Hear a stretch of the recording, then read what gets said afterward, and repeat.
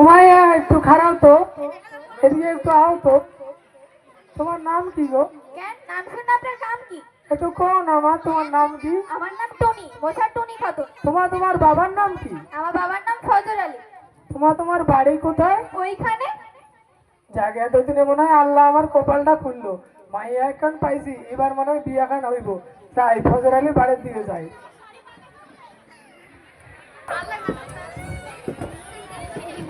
ওরে আল্লাহ রে আল্লাহ, আমি খালি হসড়ি গাই। কেন যে আমার নাম পাখি রাখছিল, পাখি না রেখে যদি আমার নাম হসড় আলী রাখতো তাহলেই মনে হয় ভালো হইতো। ফজর আলী ভাই, ফজর আলী ভাই, আরে ও ফজর আলী ভাই, বাড়িতে আসেননি? কেডা কেডা ডাকে? আমি ঘটক পাখি। ও করজা আপনি?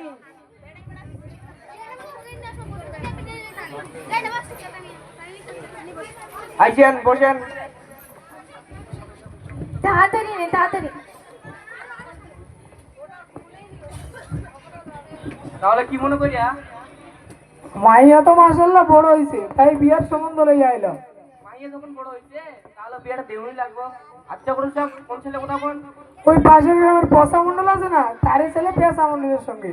ছেলে মাশাআল্লাহ ভালোই, দেখতে শুনতে চাঁদের নিয়াল, পড়াশোনায় ভালো, শুধু মেট্রিকটা 3 বার দিছে, তো পাস করবার পারে নাই। ইয়া মানে যদি এক গ্লাস পানি হইতো। ঠিক আছে দিচ্ছি। কই গো টুনিমা? ও টুনিমা, টুনি গো, কি কি হইছে? এগুলা চোর লেগে যা আহো তো। আইতেছি। মাশাআল্লাহ।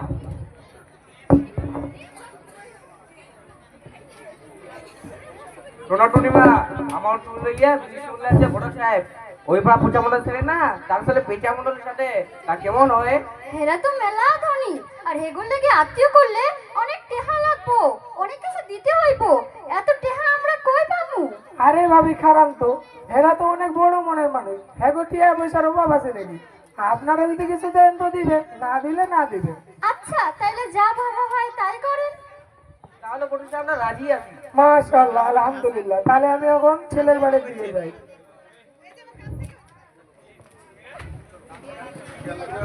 হ্যাঁ।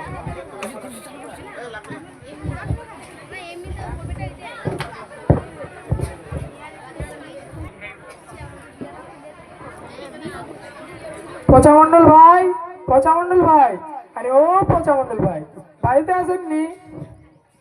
কেডা কেডা ডাকে? আমি ঘটক পাখি। বড় সাহেব আইছে হইছে।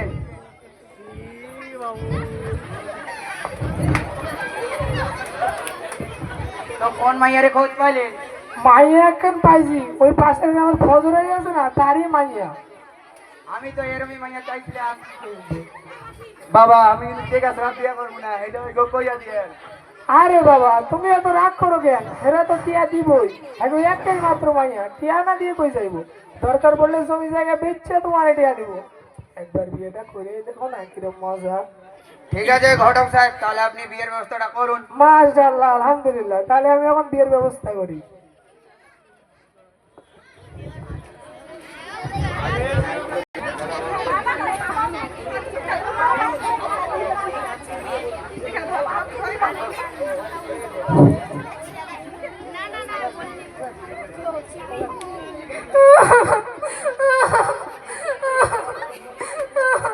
মা তোমার কি হয়েছে? মা কান্না করছো কেন? তোমার স্বামী কিছু হয়নি তো? বাবা আমার সব শেষ হয়ে যাবে। মা তোমার কি হয়েছে আমার একটু বলো। যৌতুকের লাইগা দেখো আমারে কিরকম নির্যাতন করছে, আর কইছে আজকের মধ্যে 10,000 টাকা দিতে না পারলে ও আমারে তালাক দিব আর নতুন একটা বিয়ে করব। বাবা তুমি কিছু করো, কিছু করো। মা আমি তোমার সকালে সব কিছু করবো, তুমি কেঁদো না। আমি তোমার স্বামীকে যাইমু, তার হাত পা ধরমু, তাকে বুঝামু, কিছুদিন সময় চেয়ে নেবো। মা তুমি কেঁদো না।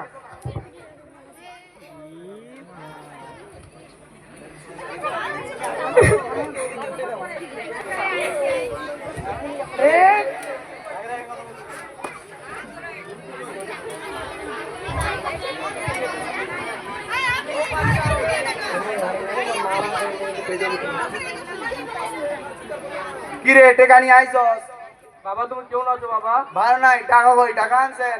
বাবা তুমি তো জানো গরিব মানুষ, ছেলেগুলো তো নাই, কত কষ্ট করে গরু ছাগল বেঁচে তোমার মেলায় টেয়া দিছি। এগুলা কোনো বিদ্যার জিনিস নাই। ও দুটো টাকা আপনি কেমনে দেবো?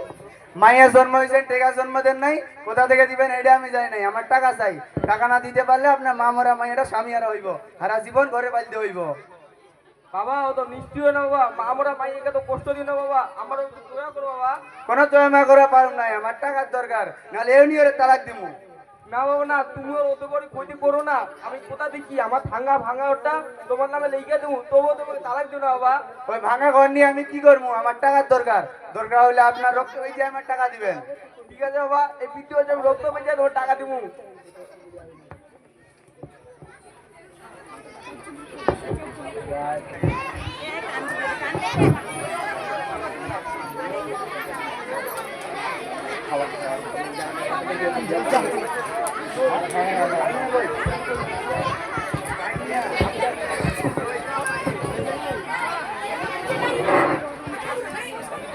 কি এবার মুরব্বী কান্না করছেন কেন?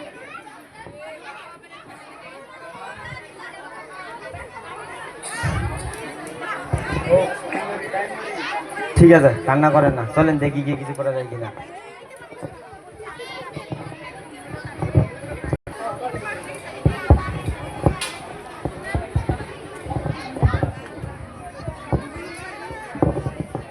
আরেকটা পান খা। কই গো পেজা মন্ডল, বাড়িতে আসো? আসি, কি কোন তাড়াতাড়ি কোন, মাথা গরম। শোন বাবা পেজা, আল্লাহ রাসূল সাল্লাল্লাহু বলেছেন যে ব্যক্তি রাগ করে তার বুদ্ধি লোপ পায়। সবচেয়ে বীর ব্যক্তি হলো ওই ব্যক্তি যে ব্যক্তি নিজের রাগকে নিয়ন্ত্রণ করতে পারে। তাই মাথা গরম নয়, যে কোনো কঠিন সমস্যায় আসুক তাকে ঠান্ডা মাথায় সমাধান করতে হবে। এখন বলো তো তোমার বউয়ের সঙ্গে কি হয়েছে, আমি একটু শুনি। আমার টাকা চাই, টাকা দেয় নাই, তাই আমি সিদ্ধান্ত নিয়েছি ওরে আমি তালাক দেবো আর একটা নতুন বিয়ে করবো। শোন বাবা পেজা, ইসলামে যৌতুক নেওয়া হারাম, আর ইসলামে যৌতুক নেওয়াকে কঠিনভাবে নিষেধ করা হয়েছে। তাছাড়া যৌতুক একটা সুন্দর পরিবারের জন্য বিষাক্ত ছবল হয়ে দাঁড়ায়। তুমি কি চাও না এই সমাজটা একটু ভালোভাবে থাকুক? তুমি কি চাও না তোমার পরিবারটা একটু ভালোভাবে থাকুক? তুমি কি চাও না এই বৃদ্ধ মানুষটা এই সময় একটু ভালোভাবে থাকুক? আমার ভুল হয়েছে, আমাকে মাফ করে দিন। আমি আর কখনো বউরে যৌতুকের লাগে পিটাবো না। কই কই এদিকে আসো, তোমার আমি আর কোনোদিনও পিটাবো না। এখন থেকে আমরা মিলেমিশে থাকবো।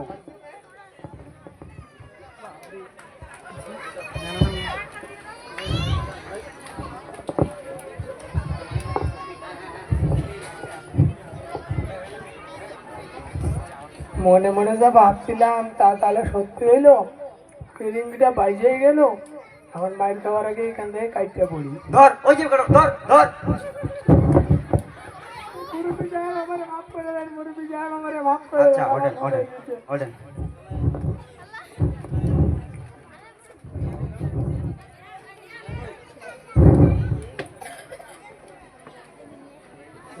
যৌতুক নেব না,